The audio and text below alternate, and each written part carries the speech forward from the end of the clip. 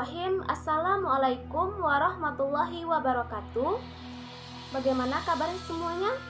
Semoga kita semua dalam keadaan sehat dan dalam lindungan Allah Subhanahu wa taala.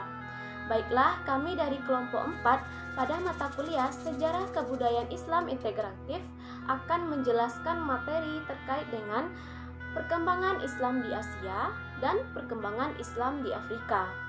Nah, pada kesempatan kali ini kita akan membahas 11 buah negara yang ada di benua Asia dan di benua Afrika.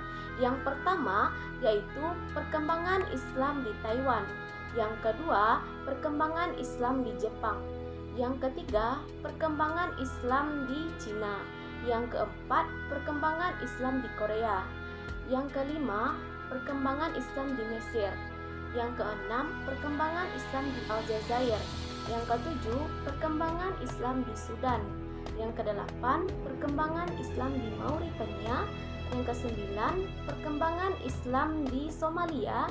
Yang kesepuluh, perkembangan Islam di Chad. Yang ke-11 yaitu perkembangan Islam di Afrika Selatan. Nah, di mana perkembangan Islam di benua Asia dan Afrika ini mengalami perkembangan yang pesat melalui peran para tokoh dan ulama yang ada di negara tersebut, dan juga didirikannya berbagai organisasi. Nah, untuk lebih jelasnya, silahkan teman-teman mengamati video berikut ini. Yang pertama akan dijelaskan oleh penyaji Suci Triwahyuni. Kepada Suci dipersilahkan. Sejarah Islam masuk ke Taiwan. Masuknya agama Islam pada abad ke-17, terdapat satu suku yaitu suku Tauri, yang mana mayoritas penganut agama Islam. Mereka melakukan imigrasi besar-besaran dari Cina daratan menuju Taiwan. Dinasti Ming saat itu mengirimkan tentara yang kebanyakan beragama Islam untuk mengusir penjajahan Portugis atas Taiwan, yang mana mereka membuat masjid di desa Tetsi dan Lalisi. Selanjutnya, perkembangan Islam di Taiwan. Secara keseluruhan, jumlah Muslim di Taiwan yang terdiri dari pekerja dan pelajar yang berasal dari Indonesia, Myanmar, Malaysia, Turki, Pakistan, dan India, dan banyak juga dari negara dari Afrika dan negara Timur Tengah yang berjumlah sekitar 254.000 di tahun 2015. Jumlah asli penduduk Taiwan yang beragama Islam kurang lebih 0,2% dari keseluruhan jumlah warga yang beragama Islam di wilayah negara tersebut. Selanjutnya, sejarah masuknya Islam di Jepang. Sejarah masuknya agama Islam ke Jepang sekitar tahun 1877 dan hampir bersamaan dengan datangnya agama Kristen yang dibawa oleh imperialisme Barat. Pada sekitar tahun itu, sejarah kehidupan Nabi Muhammad SAW diterjemahkan ke dalam bahasa Jepang. Kisah dan sejarah hidup Nabi Muhammad menarik perhatian masyarakat, termasuk kalangan intelektual Jepang. Pada tahun 1890, ada sebuah kapal laut milik kerajaan Turki Ottoman singgah di Jepang dalam rangka menjalin hubungan diplomatik. Dari sinilah warga Jepang jadi lebih mengenal Islam serta kebudayaannya. Adapun orang Jepang pertama yang memeluk Islam adalah Mitsuharu Taraoka tahun 1909. Dia lantas mengganti namanya menjadi Omar Yamaoka setelah melaksanakan haji. Selanjutnya, perkembangan Islam di Jepang. Islam di Jepang terbilang masih sangat baru dibanding negara Asia lainnya. Islam dikenal paling akhir di negara matahari terbit tersebut. Sekitar akhir abad ke-19, Jepang bersentuhan dengan agama Islam, yang mana perkembangan Islam di Jepang mengalami peningkatan yang signifikan dari tahun ke tahun, yang munculnya organisasi Muslim di Jepang. Organisasi Muslim di Jepang tersebut adalah yang pertama, Asosiasi Muslim Jepang, yang kedua, Asosiasi Muslim Kyoto, yang ketiga, Islamic Center Jepang. Mereka mendirikan masjid-masjid di Jepang, yaitu yang pertama Masjid Kobe di Jepang, yang kedua Masjid Tokyo Chamini. Baik, yang pertama perkembangan Islam di Cina. Cina merupakan negara yang terletak di benua Asia dan merupakan negara kelima terbesar di dunia.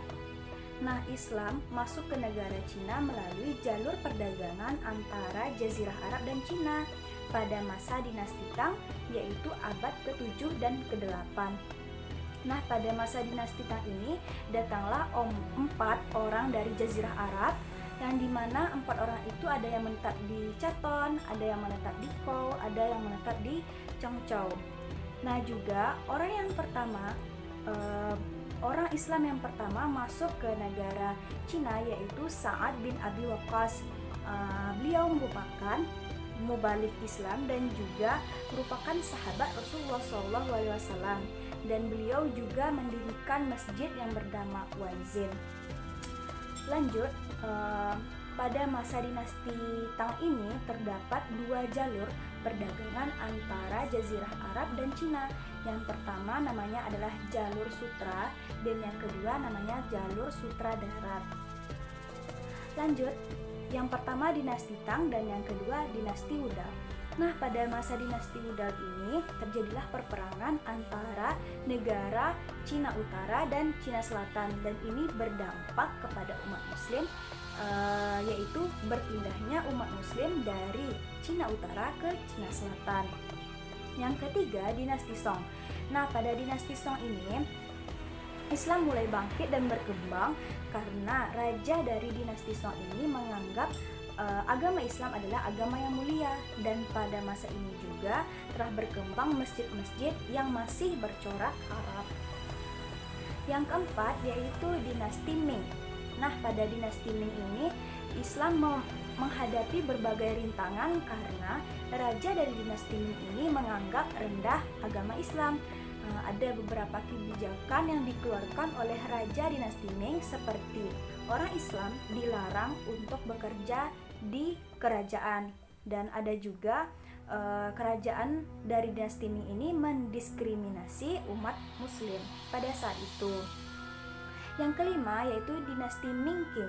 Nah, pada dinasti ini Islam mulai berkembang pesat lagi. Banyak masjid-masjid yang didirikan yang sudah bercorak Arab dan Cina, dan juga pada masa ini telah berkembang ilmu pengetahuan dari Jazirah Arab ke Cina, dan mereka pun menerima ilmu tersebut. Dan pada tahun 1949 negara Cina mendirikan yang namanya PCR, di mana pada tahun itu negara Cina sudah membolehkan rakyat mereka untuk memilih agama sendiri.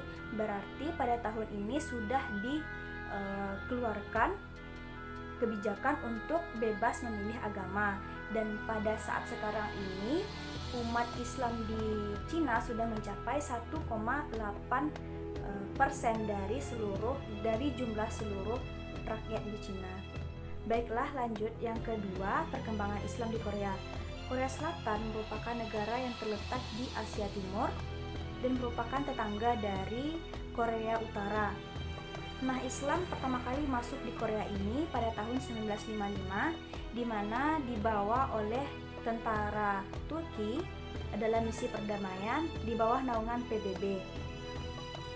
Nah, pada saat itu tentara Turki mendirikan tempat-tempat sholat yang terbuat dari tenda, dan mereka juga mengenalkan Islam pada rakyat Korea. Nah, disitulah mulai muncul Islam di Korea, dan lambat laun Islam di Korea menjadi berkembang di sana. Nah, masjid yang pertama kali didirikan di Korea yaitu yang bernama Masjid Seoul Center Masjid dan Islamic Center, dan dipublikasikan pada tahun 1974. Masjid ini bukan hanya dijadikan tempat ibadah seperti sholat Jumat, melakukan ibadah berjemaah, bukan itu saja, tetapi masjid ini juga digunakan untuk seperti aktivitas dakwah, aktivitas pendidikan, seperti untuk kantor-kantor dan berhubungan dengan keislaman. Nah, pada tahun 1967 negara Korea mendirikan suatu badan yang bernama Korean Muslim Federation atau yang disingkat dengan KMF, di mana KMF ini mengkoordinasi aktivitas dakwah, aktivitas pelaksanaan ibadah, karena mengingat di Korea ini bukan hanya warga Korea asli yang menjadi umat Muslim, tetapi juga banyak imigran atau pendatang yang menjadi umat muslim di sana. Nah, pada saat ini KMF sudah mencatat bahwa sudah mencapai umat muslim di Korea sudah mencapai 120 sampai 130 umat yang rakyat yang beragama muslim. Nah, 45.000 di antara mereka adalah warga asli Korea tersebut. Nah, pada tahun 2008 Korea membangun salah satu sekolah Islam pertama di Korea, di mana pada saat itu Sultan dari Saudi Arabia menyumbangkan atau menghibahkan $500 untuk mendirikan sekolah tersebut. Nah, sekolah itu rencana akan dinamai sesuai dengan nama anak dari pangeran tersebut yang bernama Sultan bin Abdul Aziz. Materi yang akan saya sampaikan, yang pertama, perkembangan Islam di Asia Mesir. Yang kedua, perkembangan Islam di Al-Azhar. Silakan menyaksikan. Kelas, kita masuk kepada poin pertama, yaitu perkembangan Islam di Asia Mesir. Bahwasanya Islam mengalami puncak kejayaan dalam berbagai aspek pada dinasti Abbasiyah yang bertepatan di Baghdad. Perkembangan Islam ini dibagi menjadi 3 periode. Yang pertama, periode pada paruh abad pertama, abad ke-19, ditandai dengan tidak terlepasnya seorang pemimpin, yaitu Muhammad Ali. Yang kedua, perkembangan Islam di Mesir paruh abad kedua, abad ke-19, ditandai dengan munculnya tokoh-tokoh intelektual yang liberal. Sedangkan yang ketiga, perkembangan Islam pada abad ke-20, ditandai dengan pengikut-pengikut seorang guru, yaitu Muhammad Abduh. Sejarah Mesir paruh abad ke-19 ini dipimpin oleh seorang pemimpin yang bernama Muhammad Ali. Sejarah abad paruh kedua dipimpin oleh Jamal ad-Din al-Aqhani dan Muhammad Abduh. Periode ke-20, perkembangan Islam dipengaruhi oleh murid-murid dari Muhammad Abduh. Nah, yang kedua yaitu perkembangan Islam di Al-Azhar. Ditandai dengan yang pertama, semangat beragama yang meningkat. Yang kedua, perencanaan ekonomi yang lebih sistematis. Yang ketiga, Kongres Partai Tunggal di Al-Azhar. Yang keempat, mendirikan pusat pelatihan imam. Yang kelima, membangun Universitas Teknik Ultramodern di Qiron. Yang keenam, membangun pusat perdagangan. Nah, dan semuanya, sekarang kita akan mempelajari perkembangan Islam di negara Sudan dan juga negara Mauritania. Pertama, kita akan mempelajari perkembangan Islam di negara Sudan. Nah, negara Sudan ini terletak di benua Afrika bagian timur laut. Nah, Islam masuk ke wilayah Sudan ini pada abad ke-7 Masehi yang berasal dari negara Mesir, yang pada saat itu negara Mesir berdiri sebuah dinasti yang namanya dinasti adalah dinasti Umayyah. Nah, pada saat itu terjadinya hubungan yang erat antara para penguasa Islam di negara Mesir dengan masyarakat di Sudan. Dan sejak saat itu, arus perdagangan dan juga kontak sosial semakin intens. Banyak para pedagang Arab dan juga Mesir yang melintasi wilayah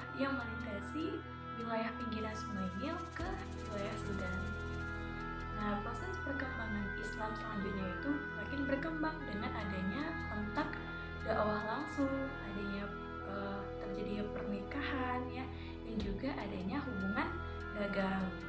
Nah, namun ada beberapa di dari masyarakat, sebagian besar masyarakat di Arab itu ya penduduk Arab yang lebih memilih untuk tinggal dan menetap di wilayah Sudan dan menyebarluaskan Islam di negara tersebut. Pada abad ke-16 Masehi terbentuklah sebuah kerajaan namanya Kerajaan Fung di wilayah utara, dan juga ada di sebuah wilayah barat berdiri juga sebuah kerajaan bernama Kerajaan Darfur. Nah, dua kerajaan inilah yang menjadi peranan penting bagi penyebarluasan agama Islam di negara Sudan. Perkembangan Islam di negara Mauritania. Nah, negara Mauritania ini terletak di wilayah barat di benua Afrika. Islam masuk ke wilayah Mauritania ini berdasarkan catatan sejarah pada abad ke-7 Masehi. Setelah periode risalah Nabi Muhammad SAW di Madinah, Islam diperkenalkan kepada penduduk itu melalui proses perdagangan oleh bangsa Arab di wilayah utara dan di Afrika, kemudian menyebar ke wilayah barat di Mauritania.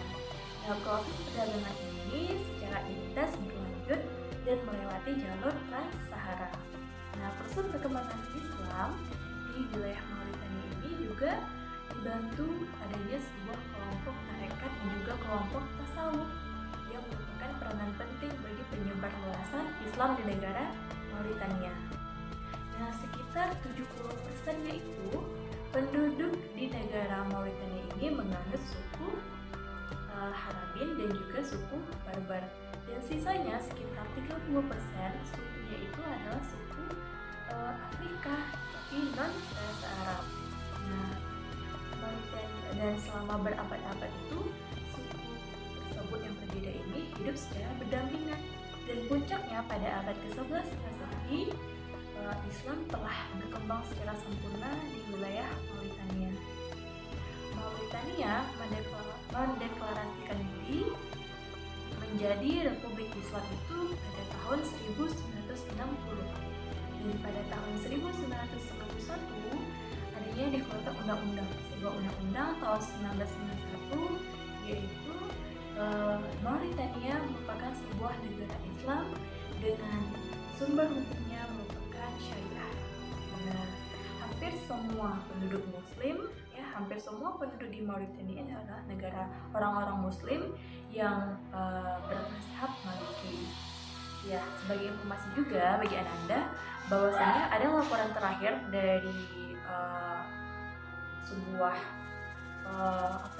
CIA, The World Factbook, menyatakan bahwasanya hampir semuanya itu penduduk di negara Mauritania ini hampir 100% itu adalah orang-orang Islam gitu ya. Jadi Mauritania merupakan penduduk Muslim terbesar di wilayah. Ini saya akan menjelaskan tentang bagaimana perkembangan agama Islam di negara Somalia, Ken dan Afrika Selatan. Namun di sini saya akan menjelaskan yang pertama sekali, yaitu di negara Somalia. Pertama, negara Somalia ini pada abad yang ke-9 pada hijrahnya Rasulullah, ada sejarawan Muslim yang bernama Al-Yatubi. Mereka yang menyebarkan agama Islam di negara Somalia, dan kita lihat sejarah masuknya agama Islam. Pada waktu itu negara Somalia mengakui bagaimana penduduk dari negara Somalia itu adalah kebanyakan dari orang Arab yang mengembangkan agama Islam di negara tersebut. Namun mayoritas pada waktu itu negara Somalia itu kebanyakan dari penduduknya yaitu beragama Islam, dan pada awalnya pada tahun 1400 kebanyakan dari mereka itu menganut agama Islam dan mengalami kesurutan sekitar tahun 1950-an sampai 1960-an. Dan pada waktu itu negara Somalia mengalami kesurutan dari penduduk agama Islam. Kenapa? Karena sebagian ketakutan hukum dan pendidikan, dan tanggung jawab dialihkan kepada otoriter dan sekuler. Kenapa? Karena pada waktu itu mungkin dari negara tersebut ada beberapa kecekcokan dari pemerintahannya dan kepada masyarakatnya. Namun setelah itu pemerintahannya Somalia, posisi pemimpinnya pada waktu itu berada secara substansi setelah revolusi pada tahun 1969 dan pengusahaan sosialisme dan liberal dan ilmiah. Artinya pada tahun 1969 itu dibuat revolusi atau direvolusi semuanya dan diberi pemahaman kepada pemerintahnya dan dari pemerintahnya kepada masyarakat untuk selalu menjaga negara Somalia ini seperti dahulu kala. Lalu negara Somalia ini sampai sekarang ini berbagai macam dan berbagai yang sangat menarik yang harus kita bahas. Namun di sini itulah perkembangan agama Islam di Somalia, dan sekarang mayoritas di sana beragama Islam, dan namun di tempat-tempat tertentu ada juga yang belum beragama Islam. Dan tempat-tempat sekarang ini di Somalia itu banyak sekali fakta-fakta menarik di sana yang secara drastis berubah seketika. Contohnya seperti ketika kita lihat kenapa penduduk Somalia itu mengalami misalnya mengalami penyakit HIV/AIDS karena kurangnya kesadaran dari masyarakatnya. Namun sekarang ini dari penyakit tersebut sudah diatasi, dan sekarang ini masyarakat Somalia itu paling sedikit terkena penyakit HIV/AIDS. Itu sedikit gambaran tentang perkembangan baik Islam dan kehidupan di negara Somalia. Selanjutnya yang kedua, saya yaitu ingin membahas perkembangan Islam di negara Ken. Di negara Ken ini kita mungkin sudah sama-sama belajar mendengarkan video dari teman dan makalah yang disampaikan oleh teman, yaitu negara Ken ini adalah negara Islam masuk di negara Ken ini pada abad awal 11, pada abad 11, dan sampai pada waktu itu pada tahun 1900-an sampai 1979 negara tersebut mengalami kesurutan dari penduduk mayoritas Islam karena ada beberapa dari negara Perancis yang ingin memasuki Islam dan menjajah negara tersebut. Namun pada tahun 1979 Islam di sana bangkit kembali karena ada beberapa dukungan dari negara lain atau sokongan dari masyarakat untuk kemajuan pemerintahnya. Dan pada waktu itu negara mengalami sebuah yang sangat hebat dan bisa mengalihkan dari penjajahan dari negara Prancis. Dan sampai sekarang ini negara Ken ini mayoritas Islam, dan sampai sekarang ini hanya tertinggal sekitaran 3 atau 2% dari non-muslim. Artinya negara di Ken ini sangatlah bisa dikatakan mayoritas Islam. Kebanyakan di sana kehidupan dari masyarakatnya dan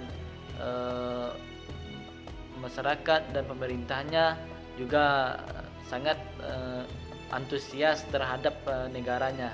Namun sedikit kita lihat faktanya pada saat sekarang ini di negara tersebut, yaitu banyak beberapa tempat ada kekurangan dari mereka, dari pakaian dan dari makanan yang ingin mereka berikan kepada kebutuhannya sehari-hari. Namun mungkin ada dari ACT untuk memberi bantuan secepatnya. Dan mungkin di negara ini saat sekarang ini kalau kita lihat perkembangan di media sosial di negara ini sungguh sangat miris. Artinya bukan sangat miris karena keislamannya dengan karena keyakinannya, namun dengan kehidupannya yang seperti demikian. Mungkin dari negara tersebut bisa nanti bekerja sama dengan negara lain, karena ketika kita mempelajari bagaimana sejarah perkembangan Islam di sana itu sangat baik, namun ada faktor-faktor lain yang menghalang. Selanjutnya yaitu tentang di negara Afrika Selatan. Sini mungkin kita sudah sama juga mempelajarinya. Negara Afrika Selatan ini yang awalnya kenapa pada masuknya Islam di sini adalah pada zaman sebelum zamannya kolonial kuno. Artinya ketika itu yang membawa ajaran Islam yaitu dari masyarakat kita Indonesia, yaitu yang bernama Syekh Yusuf Makassar, yang sekarang ini bertepatan di Sulawesi, dan ada beberapa sekitar 170 orang dari negara Indonesia yang pergi ke sana dan menyebarkan agama di sana. Dan juga ada dari orang Melayu yang bernama Abdurrahman yang ikut membesarkan Islam yang berada di sana.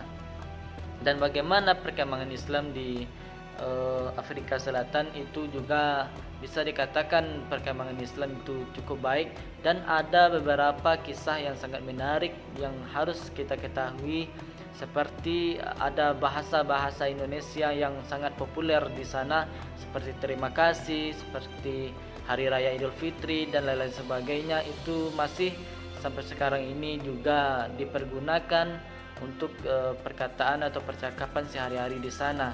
Dan kita lihat sejarah yang sangat menarik, itu banyak dari mereka itu mengagung-agungkan nama dari pahlawan Muslim dari Indonesia, dari Makassar dan dari Melayu.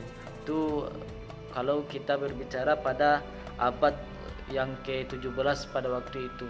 Namun sekarang ini mungkin kita sudah juga melihat perkembangan di media sosial, negara tersebut cukup sangat maju, dan bisa juga kita bandingkan dengan negara-negara lainnya.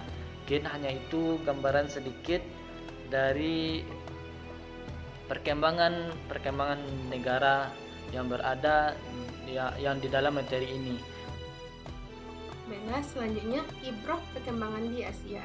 Dengan berkembangnya Islam di Asia seperti Cina, Korea, Jepang dan Taiwan, dan termasuk kita Indonesia merasakan perkembangan Islam di Asia ini.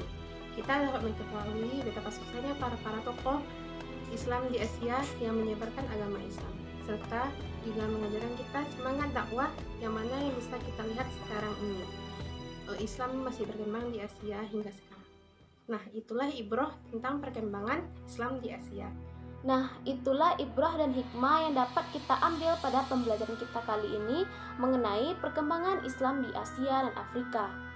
Nah, untuk menambah pemahaman Anda semuanya, silahkan dikerjakan beberapa soal berikut ini dan dikerjakan di buku latihannya masing-masing.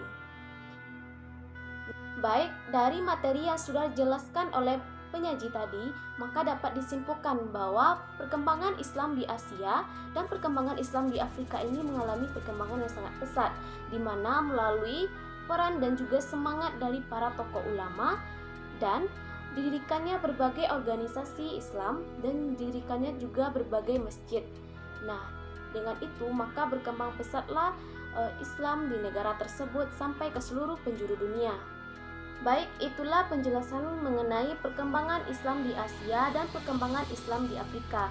Semoga video pembelajaran ini dapat bermanfaat bagi kita semua dan dapat diaplikasikan dalam kehidupan kita sehari-hari.